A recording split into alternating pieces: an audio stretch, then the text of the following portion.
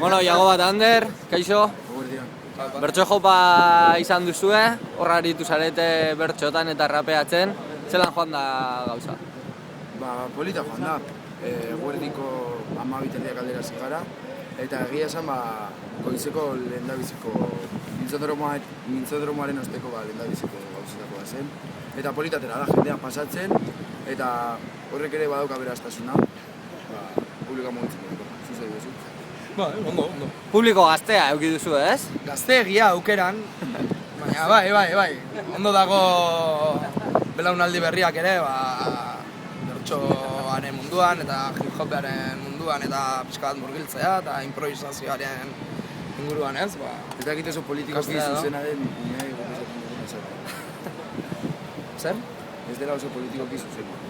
Umeek guk esaten diguna entzutea, bai, igual ez da oso politikoki zuzena, baina... Bueno, noiztik dara mazue bertso joparekin? Horregatik gratis edaten dugunetik, gutxi gora bera. Badakizu, Euskal Herrian, afaria eta edaria barne, ez daukagu diru asko, eta gu bakarri behar dugun espazio bat eta bi mikrofono.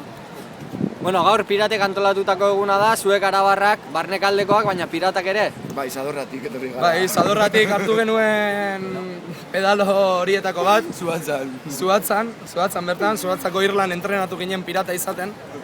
Eta, handik altxorra utzi eta pedaloa hartu, Donostiraino etorri eta ron botila gustutzera. Edo zer dugu posible da gaurko leloa, zer da posible jai eredu herriko honekin? Gogoak euki ezkero? Guztia.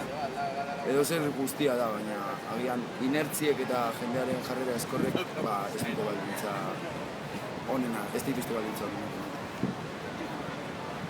Oso ondo, eskerrik asko.